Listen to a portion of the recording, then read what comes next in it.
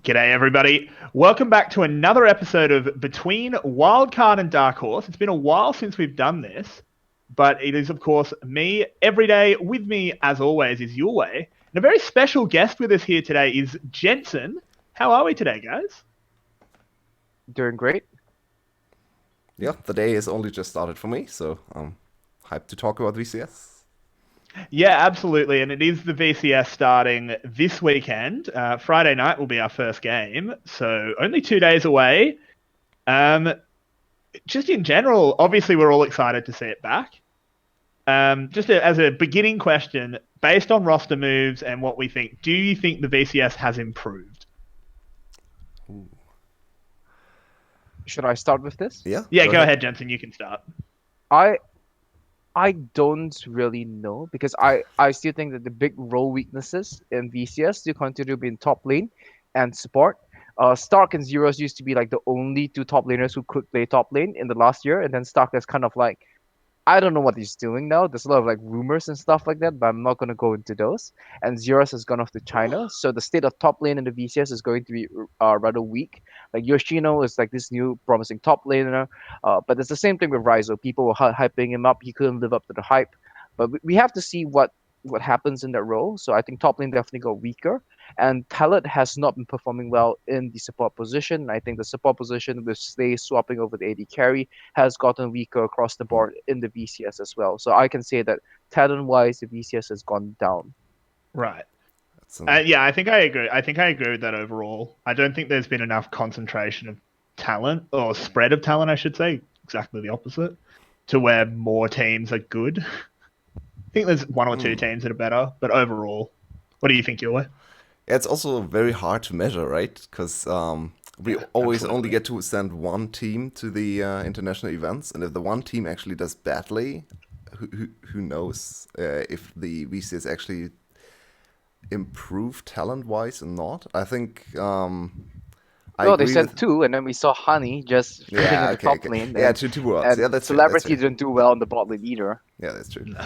Um, I kind of agree. I think top lane might look better by the end of the split. If Kiaya gets back into top lane and plays very well, and if Yoshino can play like he played in the first half of Summer Split, I think we have two very competitive top laners. Stark didn't impress me last split, so I think we might end up with better. Maybe if Harney's replacement is better than Harney, which shouldn't be hard, top lane could maybe be a little bit better. But yeah, I agree. Support looks very dire. Yeah, absolutely. I think one of the biggest things that could have happened for Loki, who I believe have rebranded to Team Secret. Well, not rebranded. It's a new org. I think they are Team Secret now. Um, is I think the only thing they needed was a top laner. Celebrity didn't really perform at Worlds, but in the VCS he's very good. They just constantly were playing 4v5s though. So He's if their okay. new top lane is good, um, I think they're actually pretty threatening.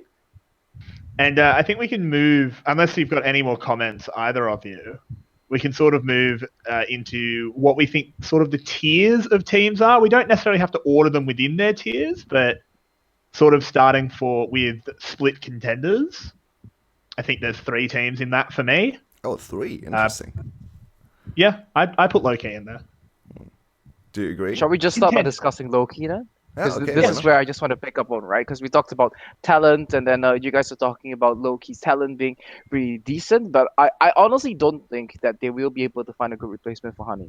And it's like what I said, right? There's very little top lane talent Hmm. in the VCS across the board. Makes sense. It doesn't help that CES has got two of the so-called mixed prospects. I know YTNL did not play well in Summer Split, but in terms of the ladder ranking, in terms of their ability to show matchup understanding, understand wave control, and play according to the wave control Yeah, I like LL. throughout Summer Split of 2017 and throughout spring split of 2018, while still actively watching most of the games in the VCS, I still do think that those two players are the next, as the supposed next in line after Stark and Zeros.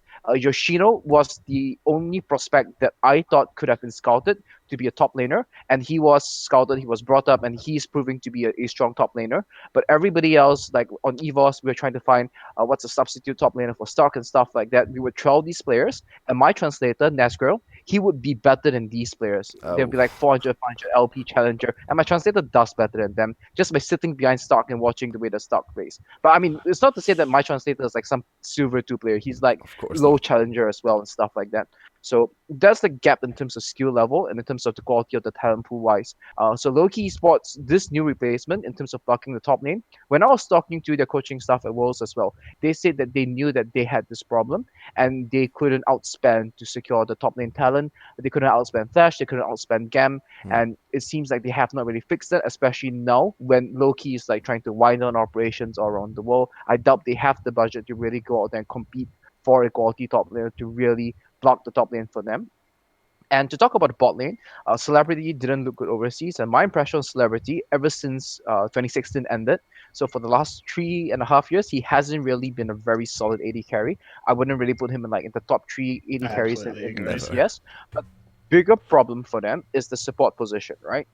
So in the support position, who's the current support? Venus. Venus. It's Venus, right? Venus is one of those like trash players, and he's very proficient on the champion. And I think that this is going to be one of those hit and miss patches for Loki Esports. It's going to be very meta dependent, and I've felt that behind Pallet, not counting Slay because Slay was from AD carry to support, right? But just looking at the old pool of supports, I always felt that Venus was number 2 behind Pallet, but there was quite a gap in Yeah. terms of like champion pool, in terms of decision making, and he has the same problem as all the VCS supports. Like they like to take these random fights when their top lane is playing towards when the jungler is playing towards the top side of the map and stuff like that. So I felt that even then Venus still has a lot of work to do.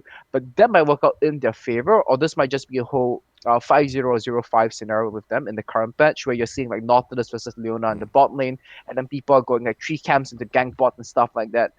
And the VCS, they're not going to be afraid of like repeatedly ganking the bot lane 5 times after killing them twice, right? They're not going to be BTSM, gank bot lane twice and then do nothing for the rest of the game. Please don't be So- TSM. Yep.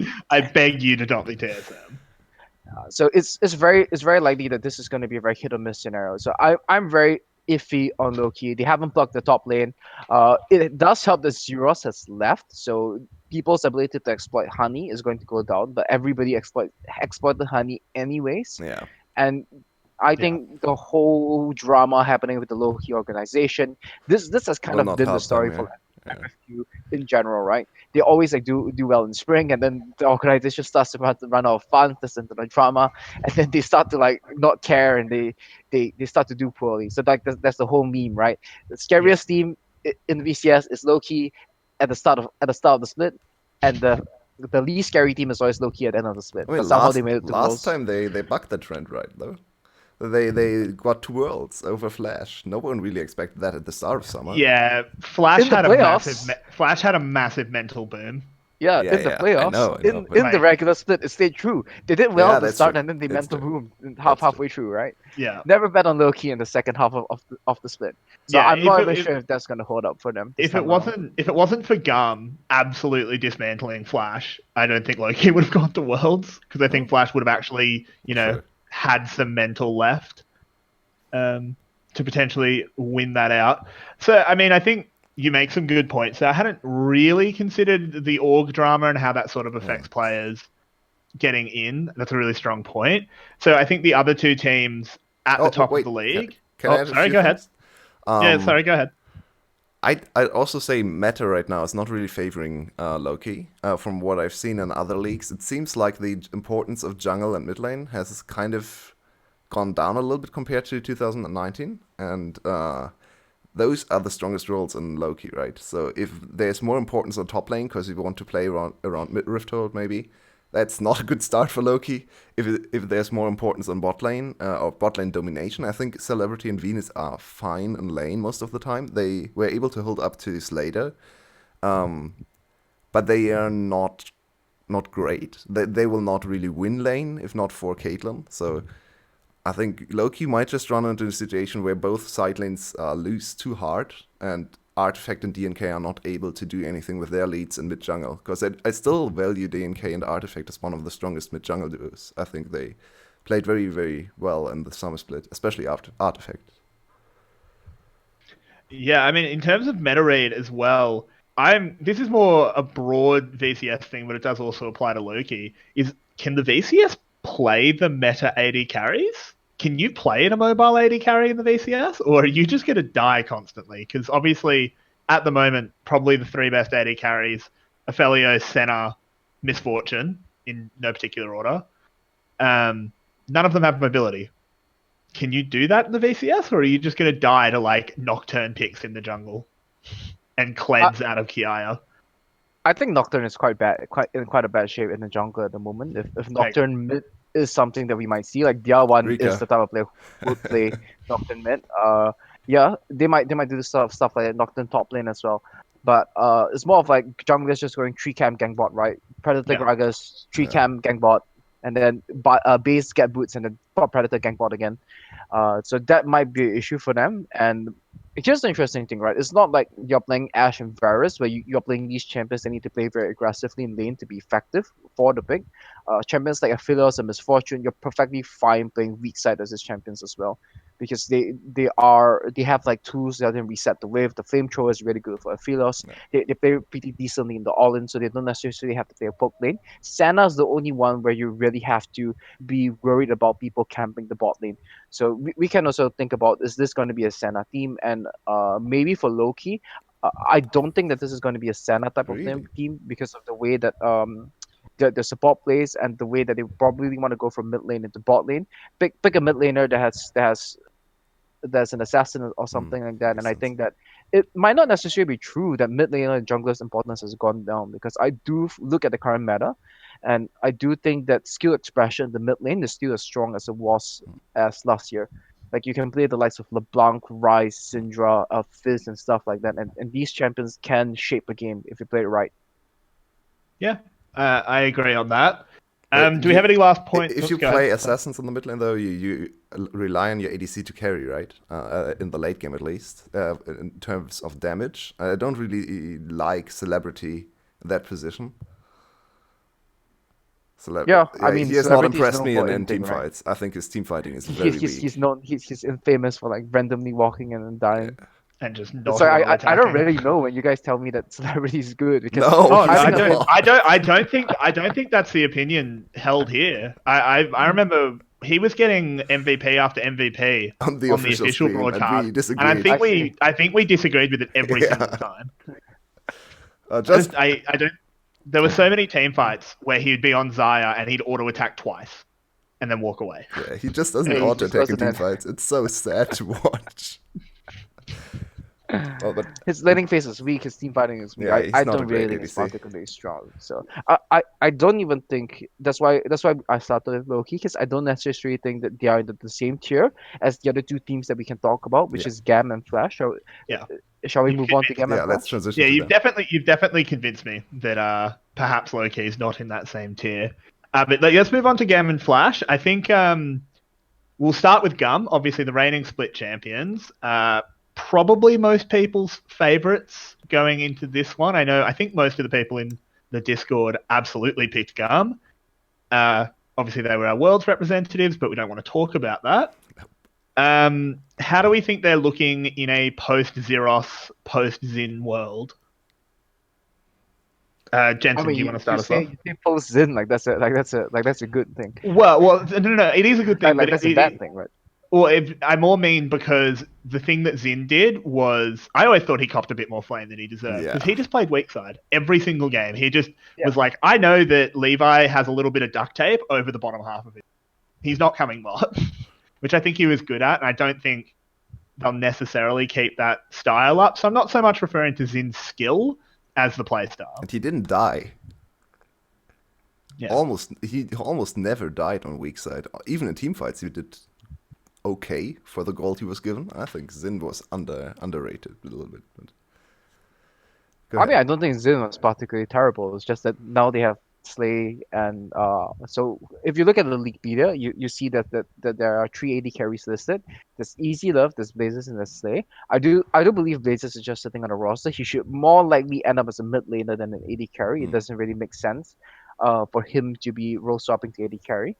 But between Easylif and Slay, I do believe that Slay should be the starter. He has been playing a lot of AD carry on his stream once again, and they acquired Pellet as well. So that's a very big change in the bot lane to like this team that will like be cheesing in the bot lane. They're playing like Vladimir, Yumi, Volibear, Yumi, and stuff like that. To just tie them to tie themselves over on weak side, and then Levi can play to his top side. They got a big upgrade in terms of DL1 in the mid lane, which I think is going to be a point of contention, right? As to how good we think this player is going to be. Yeah, I definitely think that is going to be a point of contention. So I just wanted to hear. Sorry to interrupt you every day. Just wanted to hear your opinion on Slay, because I didn't really get to watch ADC Slay too much. That was when I didn't really follow VCS at that time. So how good is Slay on the AD carry role? I just don't know. So Slay has played with Ron Up for most of his career, and Ron Up is not the best support. Nope. I'll just be honest about that, right? He's not a fantastic support. He has like the whole Vietnam support problem where they just keep fighting. Why are you doing that for no reason? Especially when on EVOS they were playing to his top side and then they had to play weak side in bot lane. A lot of my job was just telling them like you guys have got no reason to be fighting here, and this is how you guys should be trading, by just giving up the wave and collecting on the turret and just playing safe in general. Slay is a very versatile player. He has shown an ability to pick up things and learn things very quickly. He can play mages, which I think is a very big plus, especially in this meta where people are playing like Talia bot lane and stuff like that in the current patch. So there is a lot of upside to having Slay in the bot lane, because if they wanted somebody to play like Xin, just pick these Vladimir mage champions to cheese them in the bot lane so they can just press spells and delete the wave to be safe. He can do that, but if they wanted to play somebody who can play safe side, somebody who can play Jin, someone who can play the likes of Isaiah or even the Misfortune types of champions, I think it's perfectly fine playing those type of champions. He's one AD carry, I think, in Vietnam, where I wouldn't be worried about him playing Misfortune or playing Aphelios too much, because his positioning in game is actually pretty fine as well in team fights. His issues as a player, maybe he's not aggressive enough when he plays like the likes of Senna. So I don't think this is a team that is going to be playing about Senna. Maybe they just play it because the champion's OP anyways. But to really get the super bully presence with the Glacial Augment Senna, where you always want to be going AQA on every CS and stuff like that, I don't think they would be going to enable that playstyle for them in the bot lane. I mean, that's a very rare comment to make about a Vietnamese player. He's not aggressive enough. There's not too many that you can describe on that. But I think you make a good point, especially... I mean, we're going to have to see how hard Senna gets hit by the next patch. That Cannon Creep Soul nerf is actually a little bit spooky. So I have to see if she's still OP in a week or so. But Yulwei, your thoughts? Oh, sorry.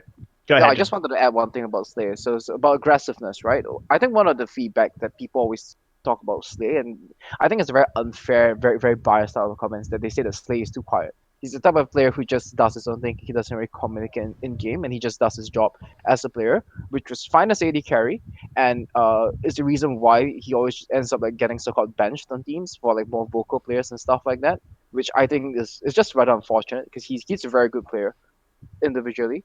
But when things like go wrong on the team, things start to go downhill, and then they're always asking, they're diving the AD carry, but my AD carry is not saying anything. The problem is with the AD carry. It was something similar as well in the support position, because when I was at Worlds, and then I was like asking them why is Slay not playing? Like why would they start Huba against us in the first game? And apparently they felt that Huba brought more communication to the team, but that doesn't matter when you're just in the lane. So yeah, well, I don't know.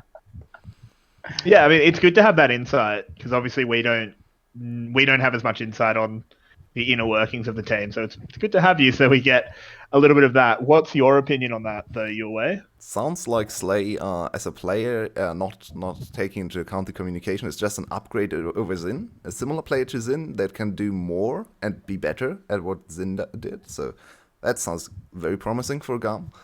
In terms of communication, obviously Xin was a very, very vocal player. We saw him on world stage just screaming all the time. It was ridiculous. So I guess if Slay moves back to ADC, they can give most of the communication bot side to Palat, who I assume is a good communicator if he's valued very highly as a support.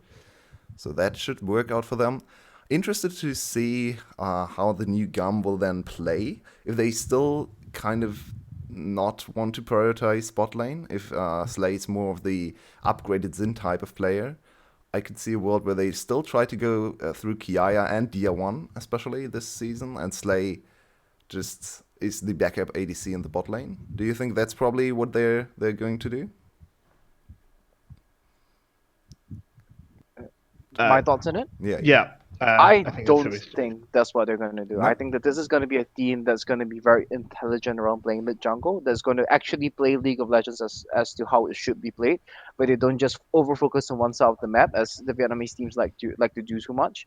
And you're going to be able to read what's happening. I think Levi's the type of player, he's able to read what's happening in the waves, and he's going to look at a bot lane wave crashing in, and then he's going to say that, yup, let's go from mid into bot, and they're going to play around mid lane to enable these style of plays, where they might even do the EU type of rotations, where you would see DR1 make the dive instead, and then Levi just picks a mid lane to help them block the tempo on the map to enable these style plays to happen. So I do think that this is a much more balanced team. And I think that internationally this is a big upgrade because this team is going to be a lot harder to prepare for because you look at this and it's like, okay, they have a lot more options on the map. They're not going to be diving me at 6 minutes, 9 minutes, and 12 minutes, which is what GAM did every single game last year, right? Yeah, absolutely. I think without the obvious point of power of Zeros, and I mean, you could see that Levi wanted to play around Zeros every game, and I mean, when you've got Zeros, who is pretty much inarguably the best player in the league, except for Levi himself, why wouldn't you play around him? I think without that super obvious inflated point of power, you could see them definitely start playing around bot lane and just be reading it dynamically, as you said, off of Levi. I mean, overall, GAM is still looking pretty scary. Obviously, we're putting them in that top 2 slot. I personally, when we were talking a little while ago, I ranked them as top 1. I do think they'll win the split. But, I mean, do we all think that, or are other people thinking maybe someone else could creep in? So in a binary sense, or should I let you want to go first? Go ahead, Yulwei, yeah. Okay. Okay. Yeah, I am very hopeful for Flash. I know Flash has a lot of unknowns, but I see some. So I also didn't really know a whole lot about Slay's ADC. I thought he swapped to support mainly because he didn't feel comfortable as an ADC anymore. So wasn't too sure about his swap back. So if he's actually a better version of Xin, maybe I have to lean towards GAM a little bit more. But I think Flash's roster is very promising as well, especially because I value Yoshino very highly, and Slater had some very, very good games last summer and then collapsed, maybe because of mental pressure. It very, very much looked like Optimus wasn't the best teammate to work with for him. He scolded him on stage even. It looked very severe.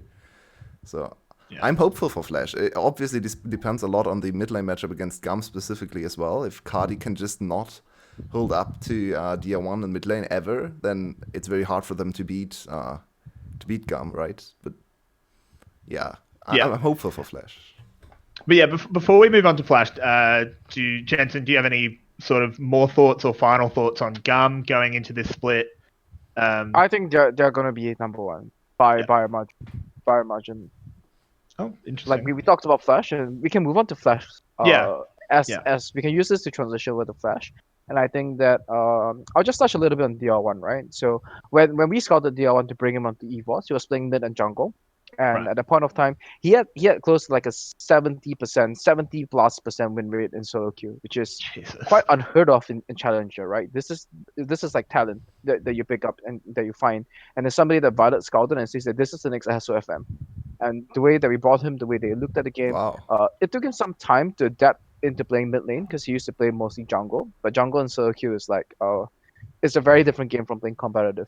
Yeah. But the insight as to how you're going to manage the wave, how you're going to play the game, is something that he had that the likes of that the other players didn't really have. Knowing how to trade, knowing how when he can all in and stuff like that. He has the instinct to do it, and he's finally finished his first year as his debut year. This is his second year coming in. I think that the difference between him and Puppy K, or now he's known as KD, is going to be super big. When Puppy K was playing in scrims, when we saw Puppy K playing in like the B team for SGD, I was never really impressed by this player. He would like play Cassiopeia and use the fact that Cassiopeia's OP in minor regions to just tide him over, because you could always just press R to control a team fight, and it's a little bit hard to attack Cassiopeia in general. So champion pool is going to be an issue. I'm not sure how well he's going to perform, but I think that this is going to be a very very big skill difference. And it's like what I said earlier, right? Mid lane skill difference, mid lane skill differential expression at the moment. I think it's very very high. It's very very high. So against the R1, they're gonna struggle. I do believe that GAM is gonna play to the mid lane, and they are gonna blow Flash open through that lane if they do match up. And this might even cause them problems against some of the other teams, right? We talked about Artifact, Yeah, and Artifact, that's where yeah. they're strong, and this is where Flash might be weak. So although Yeah. Flash, they have a strong top lane. So let's move on to the rest of Flash. I do think Flash Yoshino it's a I won't say it's an upgrade of a Stark, because I'm still thinking of Stark in his prime. But over like Stark when he's like goofing around and stuff like that, Yoshino is definitely an upgrade towards that. Yeah. Stark Um, last split didn't impress me nearly as much Yeah. as Yoshino did in the first half. Yeah. So I think definitely Yoshino is something positive there. The bot lane, same thing. I think CPL, this is a type of meta that might favor him, because you like to fight so much, and these players they just like to go in, just going for like Leona Nautilus, and then going in level 2, being able to fight for the early game prio is going to favor these players if they know how to play it accordingly. Having Slater, who's one of the more solid AD carries in the pieces, does help with that. And I think that this team might see a return to its playing towards the bot lane, and then we might see Yoshino playing the likes of like Mordekaiser and stuff like that, because that was originally how SGD found their claim to fame, right? They played mid to bot every single game, and then when they brought in Stark, I looked at it as like, this is a team that's now going to play to top lane with Ejin. But I'm not too sure how Ejin would want to play as well, because he's the type of person who, in general, prefers to gank for top as well. So there are some question marks around them. How good is the mid lane going to be? Is he able to plug those holes?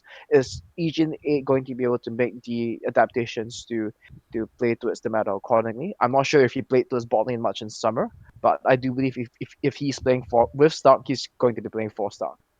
Yeah. I mean, I think the big thing with Flash is there's a huge question mark in the mid lane. I think, honestly, all of their players are great. Like, I think if you look at 4 out of 5 lanes, you're sitting there saying, maybe they're not all as good as GAM. Obviously, Yijin isn't as good as Levi, but he's definitely a good jungler. You're not complaining about having him. It's just, is Cutty any good? And as you said, if they're not, they can get blown open in the mid lane. There are some good mid laners in the BCS. And you can really get exposed. Yeah, I'm very sad they didn't try to take Null. I think this team with Null would be very, very good. But yeah, we'll have to see. Maybe I have to change this GAM as well. I really want to believe in Flash. I think Yoshino is significantly better than Kiaya, I have to say. I like Kiaya as a player, but I think Yoshino showed us more. It really, for me, it depends on the AD carry matchup a lot as well. If Slater is better than Slay, and a lot better than Slay, which doesn't sound like he is from you talking about Slay.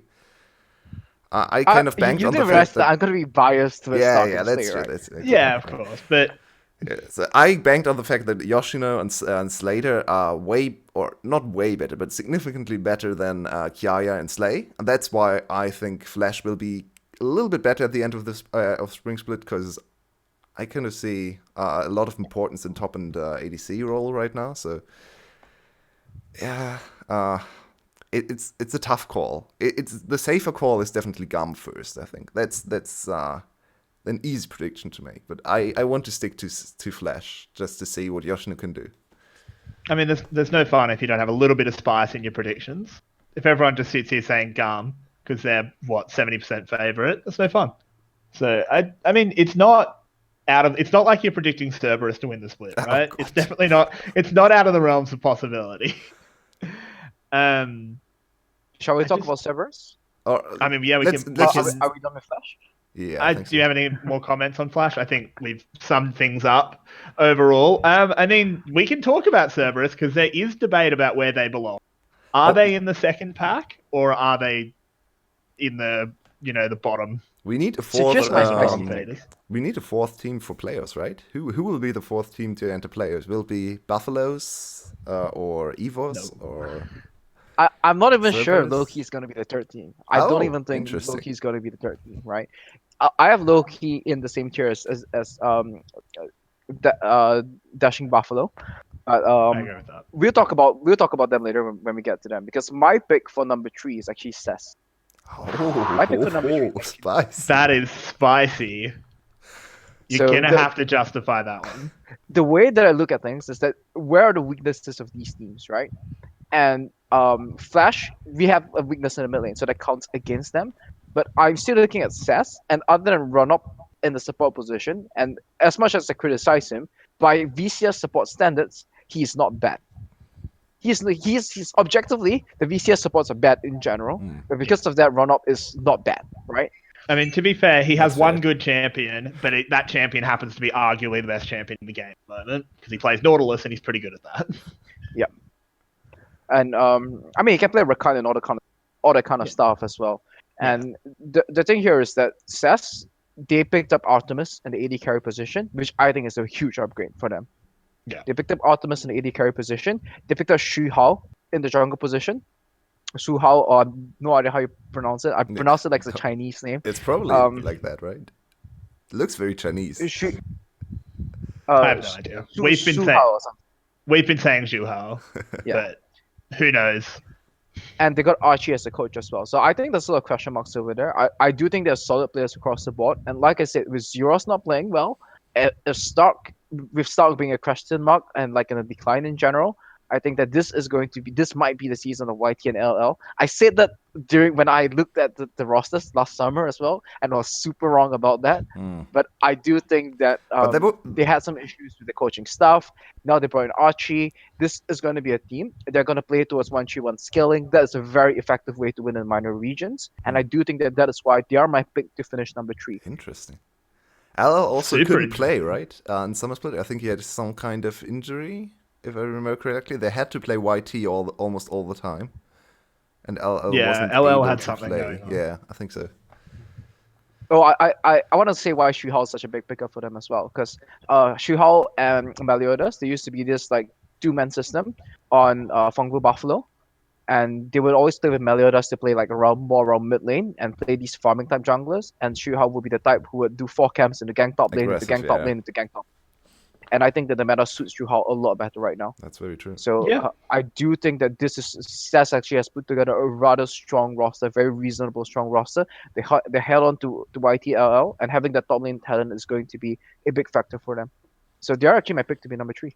Interesting. Yeah, and I mean, obviously you have to take these results with a grain of salt, but they absolutely destroyed the promotion tournament to stay in the league. It was some of the most one-sided matches ever. So again, take it with a grain of salt because they were playing against some pretty bad teams, but they all looked individually good. Even just like ignoring who they were playing against, they were managing waves well. The individual skill looked pretty good. So I mean, it's certainly a hot take, but that didn't. it's That not that was crazy. not Cerberus's problem in summer ever. Cerberus was not losing because of individual talent problems. They were even on laning phase almost all the time. They even played that horrible game against GAM, 65 minutes or something. So they, against almost all the teams, they were able to just play a very close laning phase 20 minutes in, and then they didn't know what to do. They lost to everyone in mid game. They had absolutely no idea what to do around the map. So talent-wise, the team was never... I think the team should have never finished 8th last split, just looking at the players, especially top lane, as I said. LL is, and YT are way better than 8th place.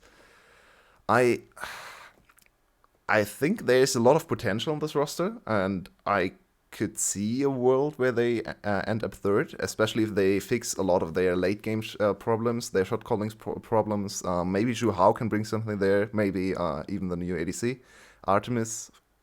That said, he came from Flash, and Flash wasn't the best late game team either.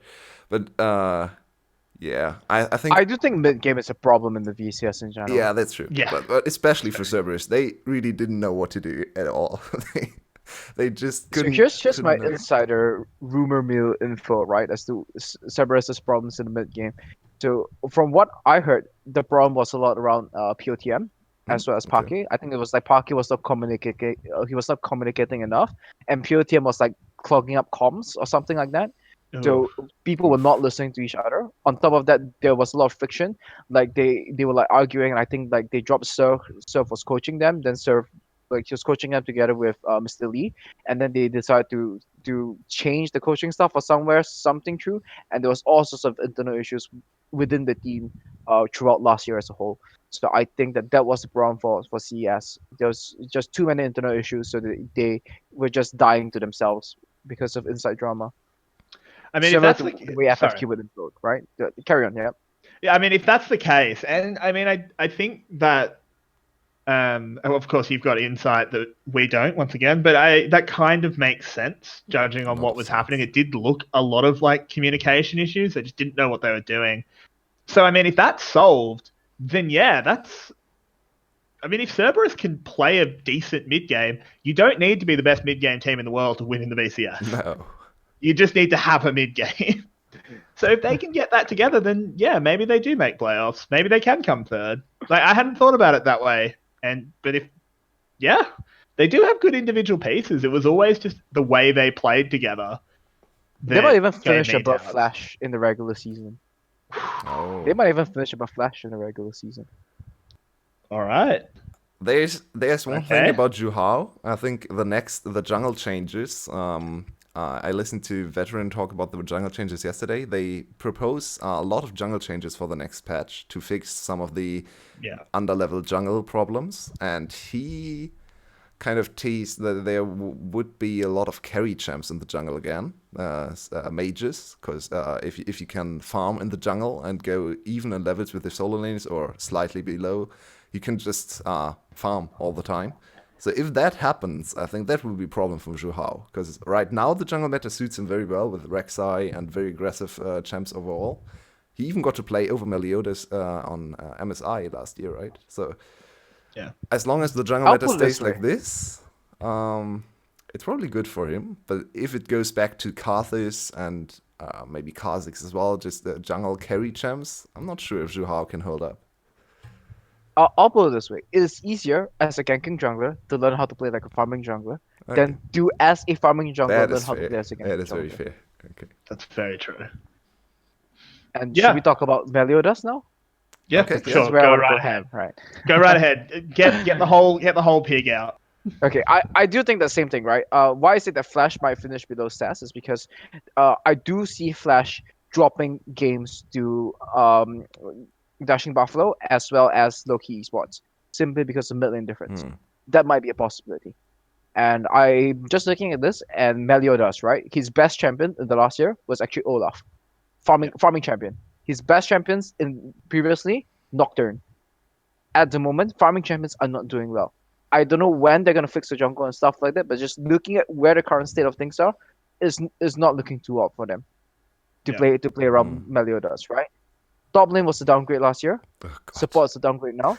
It's a huge downgrade, right? I think high is not what's something that's more exaggerated than a downgrade, or that's worse than a downgrade. I don't know. They Train wreck. brought the kitchen bin in. It's a downgrade by 2 tiers, right? Yeah, it's a massive. It's like they got rid of an asset, and then they brought Now this they have a player who's- liability. Nice. right? Yeah. I mean, I personally, if we want to sort of start talking about maybe just we can talk in general about some other teams before we focus in on them. I think DBL, I can't see them taking games off Flash because I think they'll just get destroyed in the top lane. Yoshino is going to eat Raizo for breakfast, lunch, and tea. He has a whole buffet in front of him. Because Raizo, I don't think, knows what the word freeze means. No, he really does not. But He's just gonna Ryza get had frozen good on. laning phases. I think Ryza's biggest problem is, first of all, knowing how to top lane, because he doesn't know what top lane actually does mean, I think. He's not a top laner. It doesn't look like he's a top laner. And his mid and late game. His the one Tristana game he had, just think back to that, where he dominated lane, was 7-0 in something, and then just threw it all away for his team. I think his biggest problem is actually mid and later stages of the game. His laning phase is mostly fine. So I see DBL overall as a team with very good laning phases, because they have Null, Rezo, and Bikoro. I'm not sure how much high Not will... for bot lane. Yeah, No okay, maybe way. high is too bad. Support is Yeah, the true. role that determines bot lane, right? And losing Pallet, Big Coro is gonna look so bad this season. Okay. People are gonna start realizing, oh, actually, Big Coro's not so good anymore. But you have to look at the support. Yeah. You have to Yeah. look at the support. Okay, so maybe only And two something good Pallet lanes. for high is gonna hit them so hard. And the reason why I can see them stealing games off Flash is, mid lane skill differential. But Yeah. is Null aggressive enough to force the issue there and really carry a game through mid lane? Because Null always struck me as someone who is very consistent, a very PoE type of player, maybe, or Froggen, maybe even. Very consistent in farm, very strong team fighting, strong on control mages mostly. Can he? I'll ask it this way: who is the best LeBlanc in the VCS? Is there a good LeBlanc in the VCS? I mean, Tier 1 Null's played very it. good. Yeah. Tier 1 played it. Null played it. Null was very good on it, to be fair. Null's a very, very good LeBlanc. Okay. It's just that when he's playing with Zeros, then you're just gonna take a backseat. You're gonna play Karma to push out the lane to let Meliodas farm. So I think the bigger question is Meliodas gonna be able to keep up with that, right? But he can't just play Olaf and then play around. No, he can just play Rice, LeBlanc, and stuff like that, and just play very heavily through mid jungle. I think it's gonna be coaching staff as well. That's gonna be a factor here. If they're gonna make Null play a supportive role, then this team is doomed, right? They're gonna be fighting to not be relegated. But if they play around Null, he is still the best mid laner. I mean, other than Diao1, right? He and Diao1 are the best mid laners in the BCS. And by virtue of that, he might be able to drag this team into contention for playoffs. I don't think they'll make it, but I think they might be in contention I for think they're in playoffs contention here. if they have a solid team identity that plays around Null. Yeah, I definitely think that's true. I don't want to rush us too much, but we are, we've been talking for a while and we've still got quite a few teams to cover. I don't think there's much that needs to be said about a few of the teams. I think we might want to talk about EVOS a little bit. So before we do that, do we have any real comments on Adonis and FTV? Oh, Or are they just coming 7th and 8th? I mean, Police is a great player. I want him out of FTV jail. But can these two teams really do anything to make a splash this split? FTV has a chance to not finish 7th. Yeah, I think so too. Yeah. FTV has a chance to not finish 7th. FTV actually has. And I think they definitely have a chance to that. They have like, it's like the whole CS thing. I look at the roster, it's bad, but it's not as terrible as Adonis's, right? Yeah, I mean Adonis's is really bad. And I'll put it this way, okay? FTV, their players are not. FTV's problem is they play the game like solo queue. Victory, he plays SWAT champions only, and he just fights you 24/7 in the mid lane, and then they he just swap makes everybody roles just all keep the fighting. time for no reason. Yeah. Oh man. So when I think of FTV, this is a team that they have to fix their problems. I think there are simple fixes if they can just get their shit together and that they can be serious about, oh, actually we are losing these games because we are fighting all the time without thinking about it at all. So I think that there can be some small changes that they can make that can show very big improvement for them. And I think that FTV, it seems to be a roster that seems to be fairly stable. They're not making a lot. They don't have very high expectations. So if there's a team that implodes, if there's a team like Loki, risk of implosion, Dashing Buffalo, Yeah. risk of implosion, if they identify their team identity wrongly or they never find it, we can see these teams being the 7th place team instead. Or maybe even EVOS, like betting on all these rookies and stuff like that. I think it might be possible that FTV escapes relegations. Yeah, I definitely think there's a chance they can escape relegations, particularly as you said, I do think, sorry, I should rephrase. I do think it is less in their hands that they don't come seventh as it is in the hands of teams like DBL. I think if every team had an average split, I think FTV would come seventh pretty much every time. But that's obviously not how League of Legends works. It's not how esports But every works. split on average, there's been one team that has imploded. Yeah, Yeah, exactly. exactly. Every split of Exactly. VCS, there's one Yeah, team you're that's imploded. It was completely right. CES. Before that, it was Cherry. Before that, it was who was it? EVOS imploded once, but we didn't implode all the way to relegations, right? Yeah, but there has been a team every split that implodes, right? Yeah. Yeah. I mean, you're definitely right. I don't think it's out of the realm of possibility they come sixth, maybe even fifth if we get two implosions. If we get two for the price of one. I think- Implosions in their fourth place. Oh, if FTV makes playoffs, VCS is doomed. Very, very doomed. That's very or Police true. is the best ADC in the world, which is possible as well. Yeah, Police is pretty good. I love him. And also, Police fanboy. Lucian is really strong at the moment, and he's got a sick Lucian. If it ever gets through bans. I think the For what bottom it's two worth- teams, or projected bottom two teams, it's more interesting to talk about individual plays because it doesn't really make sense for us to talk about Adonis too much. I think it's more interesting to Can see. we go through? One reason is as to why Adonis would definitely be in 8th place. Okay, go ahead. I mean, Oh, you want me to start? yeah. If go ahead. you want to start, yeah. Sure. I mean, the support's terrible. They're like bad Yeah. supports, and this guy is beyond terrible. Yeah. Yeah, he didn't even look good in the promo tournament. No. And you're playing against like a team called like teams that aren't even teams in the promo tournament. So The mid laner is is exciting so though. bad. I think Yeah, he looked the pretty mid good. laner was the only player that impressed me generally. Obviously against very weak competition, but I think he's the most interesting player to follow. I know a lot of people on Discord are a little bit hyped about the ADC as well. I forgot his name. What was his something 3-letter thing? Vit. Yeah. It means duck. Ah, okay. Yeah. It means duck. It's Vietnamese for duck. Oh, Oh, okay. interesting. Interesting. That's cool. But yeah, PHT for me was the most interesting player in the promotion tournament, and I just want to see what he. Oh, can the do mid laner, against- is it? Yeah. Yeah. I thought you were talking about AD carry. Sorry. No. Yeah. I mean, people. I asked about the people name of in the of a wit, so that was correct. But yeah, Ah, I see. for me, the most interesting player is PHT. Yeah, there have been a few people saying that Vit is actually good. I don't think he was good in a promotion tournament. If you're not good in a promotion tournament, you're bad. I'll put it this way: when it comes to AD carries, right? Who's the bad AD carry in these 8? That's not called celebrity. Police is much better. Police is really good. Who would you consider a bad AD carry in the Oh, VCS? bad. Sorry, I okay. thought you said better. Sorry, I misheard you. Yeah, good point. Celebrity is like the worst, right? Celebrity Celebrity is probably like worse. contender for number 8 AD carry, and that's the standard of AD carries in the VCS. It's very Yeah. stacked in the role. Yeah, ADC is Yeah. a very good role here. It's It's Yeah, kind of the that's a good reasons point. why Slay wanted to transition from AD to support, because AD was like, we have like 10 AD carries. There was like even Artemis and And Slater one on the support. same team, and there's like one support. oh, no.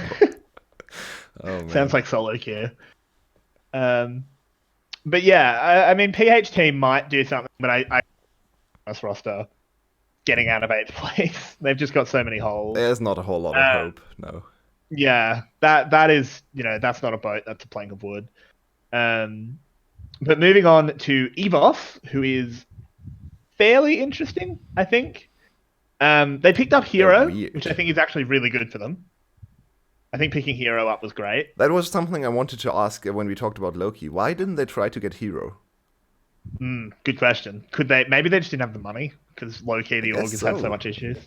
Hero would But be so great on Loki. It's a little bit annoying to see. So, from what I know about the way the Vietnam off season works, it's not just a open market where you have an auction and then let's start bidding on players. Yeah. QG got relegated. Let's start bidding and stuff like that. There's a lot of like inner politikings, like Game of Thrones. You bring them into the garden, you sit them down, you have coffee with them. Tell me about your Nice. parents. Talk to me about your life. Well, that's I mean, very The famous interesting. pool in if EU. it's Game of Thrones, surely Tinnikin is sitting on the iron with 30 talents in front of him saying, "Oh, you want one, do you?" Well, But I yeah. mean, you have to realize that GAM is one of the most aggressively funded teams at the Oh moment. So when it yeah. comes to like, acquiring Oh yeah. talent, they can do that. Yeah. Loki was in second place, but like we've seen all They the drama. collapsed there. Clearly, that Flash has taken number two spot in terms of expenditure, in terms of talent acquisition in Vietnam. But Loki, I just don't think they're spending. I think that they have always been very slow in terms of their management's ability to be proactive, go out there and start having coffee with players even before they get relegated and stuff like that. You have to do these type of things. It's super unethical, right? But and it That's breaks so dodgy. I the love it. rules and stuff like that. But that's what you have to do. And the reality is that all these players are like friends with one another because they used to like sleep in dance shops and stuff like that, or sleep in the PC banks and then like hang out with each other and stuff like that, or even play football and stuff. So they're gonna be talking. They're gonna be like canvassing and stuff like that to trying to figure out who's gonna be on whose team in the future. All the ex SAJ players, they have like a group chat, and then like when they get knocked off players, they like message each other, say, "Hey, you guys want to form a team next year and stuff like that." It is so crazy. So it could be the fact that low key Nice. they're just not very well connected, and from what I know, Artifact might not necessarily be the nicest personality to work around with. So your star players, like, yeah, this is a guy who's a little bit of a rager and stuff like that. Oh, So that might be a reason why Loki just was slow to the punch. Whereas I know for EVOS, when it comes to like making sure the back end of things are very well done, like scouting the one, being on top of things in general, like uh, I don't know if they did the whole coffee thing and stuff like that, right? So, Mr. To, who used to be the person who did all these coffee talks, is now with FTV. But like having Beyond and stuff like that, I'm pretty sure they know what the game is like. They would definitely be very proactive, and I think playing for the EVOS brand, it's a lot more valuable than playing for the Loki brand. So I guess that's okay. why they were able to secure Hero. Yeah, fair enough. I mean, I'm very happy that they secured Hero. If Hero hadn't been picked up on a team We would have to after have but QG one got, again. oh god, no, thank you. So I think that's really good. I mean, where do we sort of see EVOS? Because I think they're a little bit of an enigma. It's really hard to call. Are they sixth? Are they challenging for fourth? Are they challenging for third? Like, I think that's like kind of a hard call. Yulwei, what do you think your thoughts on that are? Can you read the roster out again? Because It is Hero, Thorn, Parquet, and Coyote, Div Kid, and B and Harbinger. But I imagine it's just gonna be B starting. probably. I don't know who Harbinger is or Harbinger. Well, I've been just a team's runner. oh, Ah, interesting. okay. Team's Okay, runner. so B. So Okay. so his start. job is to like buy lunch for them and stuff. Like Yeah, that. yeah, okay. So he's an aide. Okay. Well, that makes sense why I'd never heard. I mean, But hey, he's getting listed support on in the the team. Good on- VCS. Maybe he gets some play. But yeah, this roster is exciting. It's not. It doesn't really have much of a high potential or something. I think those are all middle of the pack players. I think Hero has a little bit of potential to be a little bit higher. Zorn, I was very hyped for Zorn in spring last year. He was my favorite player to watch when I just got into the VCS. I think he was absolutely crazy in the jungle. This might he likes to play a lot of these Nidalee type junglers. Can you play Graves, Nidalee right Nidalee. now? Yeah. I'm not too sure. Graves Nidalee might not be his meta, so not great for him. Parke in Might mid be lane. next patch. Yeah, maybe. We have no idea what will happen next patch with the jungle. So Park in the mid lane. You said his comps were not too great. I thought his play was okay. Park was always like middle of the pack, mid laner, solid but not great, not bad either. Div Kid, he's an ADC, not the greatest. Yeah. Not super bad. I think he's probably on the low end because VCS ADCs are pretty stacked, as we said before. So overall, this team doesn't really have the big star to play through. I think they're a solid team. They should be around FTB level, in my opinion. I think a little bit stronger overall than FTB if you add up all the players, but FTB maybe has a little bit more star power. So, yeah, I think around 6th, maybe 5th. I don't see them in playoffs. My question to you is, when do you start watching the VCS? Which split was it? Last spring. Last spring, is it? Yeah. I see. So you didn't see the Adonis team where you saw Paki and Son play together, because this is them being reunited. No. They were a pretty solid mid jungle duo, and this is when they finished second in, I think it was summer of 2018, right? Summer of 2018, right? EVOS went to MSI in 2018 summer. Yep. So summer was when we got knocked out by Adonis, and this was when Paki was killing us on Irelia with Sorn in the jungle. So All right. they played pretty well as a mid jungle duo, That and I sounds think very that promising. Nice. but let's not kid ourselves. It's a downgrade from DL1, right? Yeah. It's a downgrade from DL1, and I think Sorn definitely has issues adapting to a meta where he can play like Graves and play like farming junglers and stuff like that. Because for a long time that has not been a meta, and he has not been looking good. He's been playing like Elise and stuff like that. He's been hitting like these flash cocoons, and everyone's like, "Oh my god, he's so good" and stuff Nice, like that. Elise But is that's such actually a not bad. low EV play. It looks flashy in terms of like he hits the spells and Yeah. stuff, but I'm looking at this as a coach, right? Yeah. Yeah. Like you are here trying to gank on a wave that is pushing in towards your team, Yeah, it's fundamentals Whereas- not great. Yeah. whereas you should be playing for the top lane at this point of time, and you're in the wrong place at the wrong time of the map. And I think that's a very big issue that Son needs to correct, and that's going to be down to the coaching staff. So we hyped Violet, we hyped the EVOS coaching staff. They've had some time. They've always wanted to rebuild a roster and stuff like that. They got a hero, they've got a rookie talent, gotten rid of the ego. So it's time for Violet to show its worth in this case. Sure. So I think, that's what I would ask people to look at EVOS as. It's like it's a rookie project of sorts. We saw the first split of that, and then last summer, and then this is part 2 of it. Now in spring, they've had a long off season. They upgraded in the top lane role with hero, and I think support swapping up Bjork for B, it helps a little bit. That makes a little better. So, but I don't really think. Wait, isn't the support for EVOS? Is it gonna be B or is it gonna be? It's gonna be B, is it? Yeah, it's gonna be. Yeah. Yeah, they're listed not as having B fantastic and as well. Harbinger. So Yeah, assuming not Harbinger is still a runner. I don't No, think he's gonna be able to- Harbinger is never gonna play. Harbinger is Yeah, never gonna I play. didn't think so, based on what you said. He just wants to be known as a pro player, apparently. Okay. Yeah, why not? Interesting. I would. He's a streamer. He's a streamer. He's a Okay. streamer for the team, right? Okay. So where do you think EVOS will end up, Jensen? I'm biased, so I'm gonna say 4th. Ah, Fair enough. Interesting. Okay. I'm Well- actually gonna say that they sneak into playoffs, right? It's gonna come down to drama. There's gonna be a tiebreaker played, and they win the tiebreaker and finish 4th. Interesting. All right. I mean, we can just because again we are sort of wrapping up a little bit because we've been going on. There's so much to talk about, so close to the start of the split. In terms of hot predictions, we always find it fun to do, a 90-50-10. So it's something you think almost certainly will happen, something's at 50-50, and then a really spicy take. So Jensen, do you want to give us? If you need a second to think, maybe Yulwei can start. But if either of you have sort of the 3. Okay. I mean, I think I've given it throughout this more or You less. kind of already. have, yeah. Yeah, 90% is the 90 is the hard one, right? Because Yeah. I don't want to be boring and say Gam's gonna come in first. That's 90%.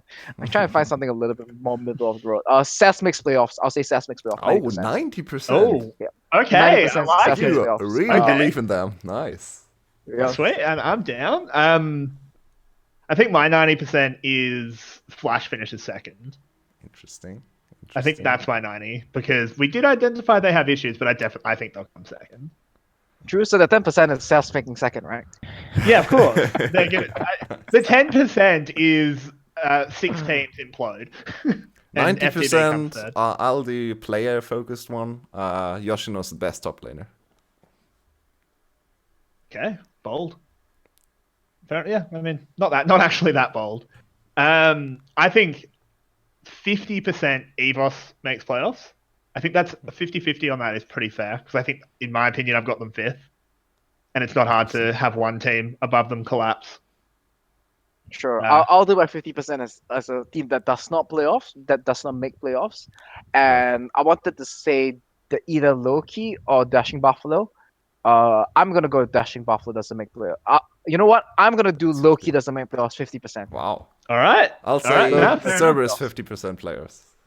I Okay. don't quite believe in them as much, but yeah, 50% sounds about right.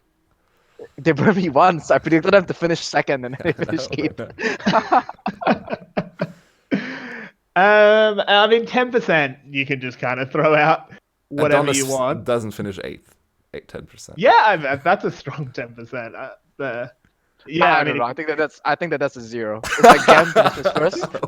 We can just we don't need to play like first and 8, right? The rest of the teams can play. Like first place is GAM. You're gonna MSI. 8th place is gonna be Adonis. You guys get ready to play relegations, right? I think those are 100%. Yeah, I would agree. I'll make Hard. Poor guys.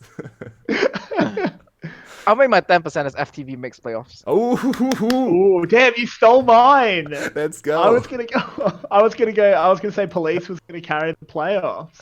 All right, my 10%. I'll follow up on that. Police is the best AD carry in the league. That's Statistically, 10. at the end. That's not 10. That's 100%.